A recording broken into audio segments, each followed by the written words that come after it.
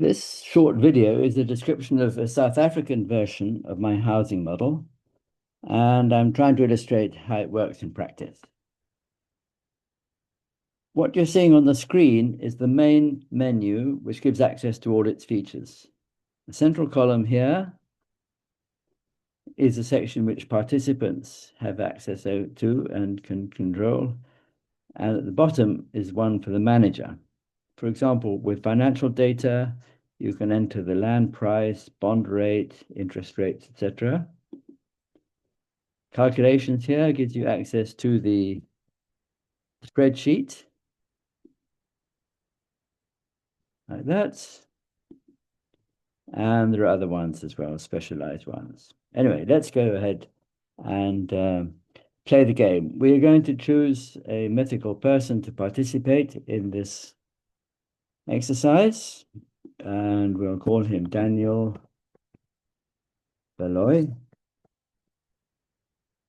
He is an account manager, and he earns 21,000 a month. Now, having his name, you may think it's really unnecessary, but in fact, it's nice for the person participating, but also they get a printout at the end with their name on, which of course helps a lot.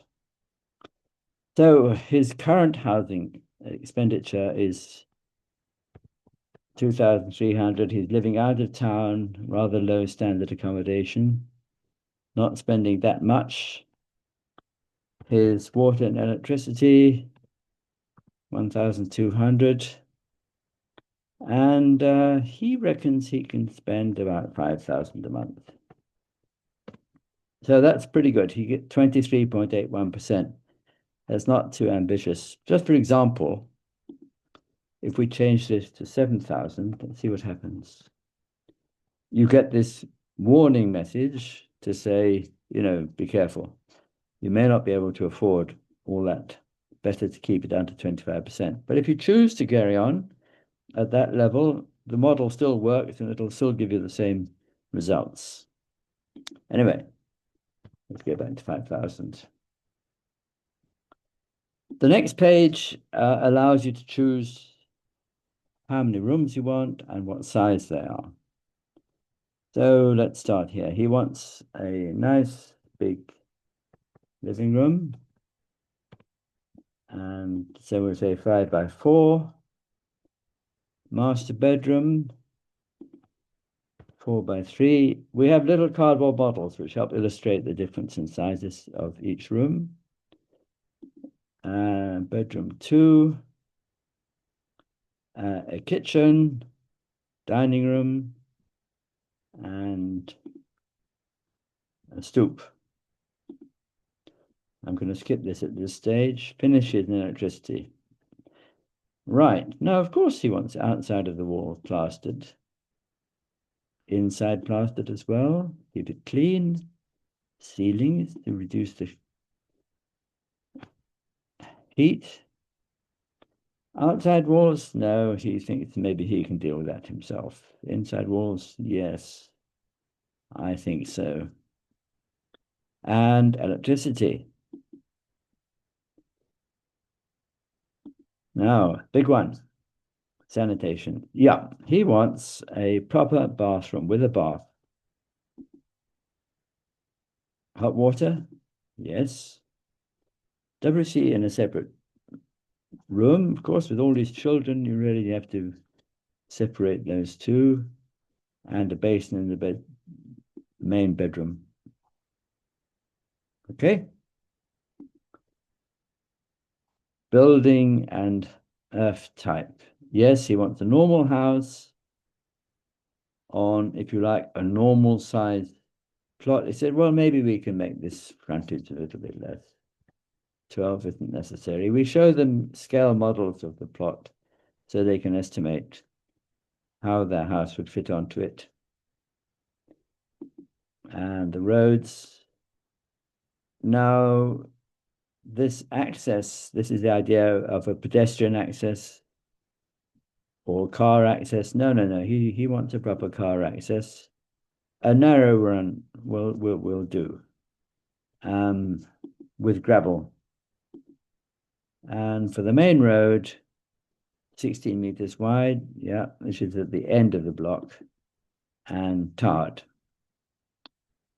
Superblock, these terms are, of course, quite confusing if you don't know what we're talking about. We show them pictures to illustrate what that means. In this case, a conventional block is obviously what he wants. So that's where we are. Oh, look at that, 41.45, the monthly payment, 8,704 Rand. Fencing, he doesn't say anything. So he's now got to have serious thoughts about what he can afford, what he can't afford. And what at this stage I would suggest to him is that he looks at the question of sanitation, because sanitation is very, very expensive. You have the cost of the water consumed, you have the cost of building the water pipes, the sewers, you have the extra room you have to build into the house, and you have monthly charges for the water. So I'm going to skip and go to sanitation and say, look, this is something which you might want to look at. It's a big change in your mind, but look at the change of the price. You see, 41.5, 8,700. Improved ventilated pit latrine with your own water tap. Suddenly, the price goes right down, 31.92%. And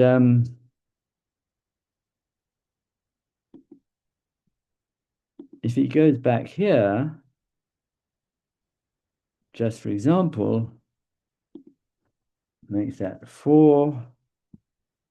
It does away with that and the dining room. Goes to the finishes. You can do this later on. And wow, there we are. You see, 24 point. Oh no, but he says, look, that's not going to work for me. That's not going to work for me. I must look at it some other way. There has to be another solution. All right, well, another way of approaching it is to have these options are done for people really seriously ones, which is just building an external walls, roof, and slab, which he finishes the inside himself.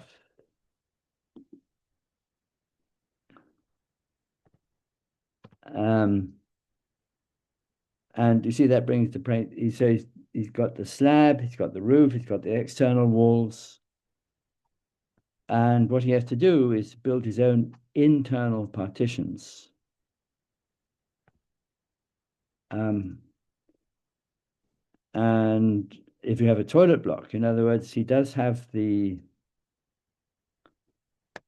toilet facilities with a sewer and a slab, but that's a very drastic solution. So no, he's not. He said, look, these things are not what I want. Let's go back and start thinking again.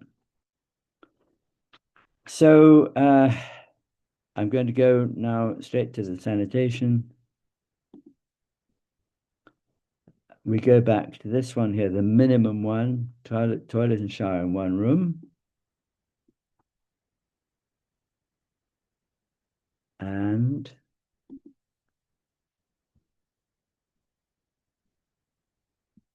semi-detached house, 8. He still has the same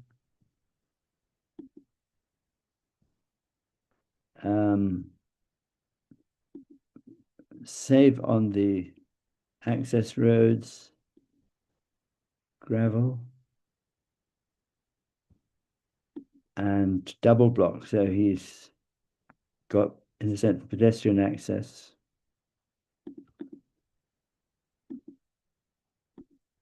And then let's just have one last look at the accommodation.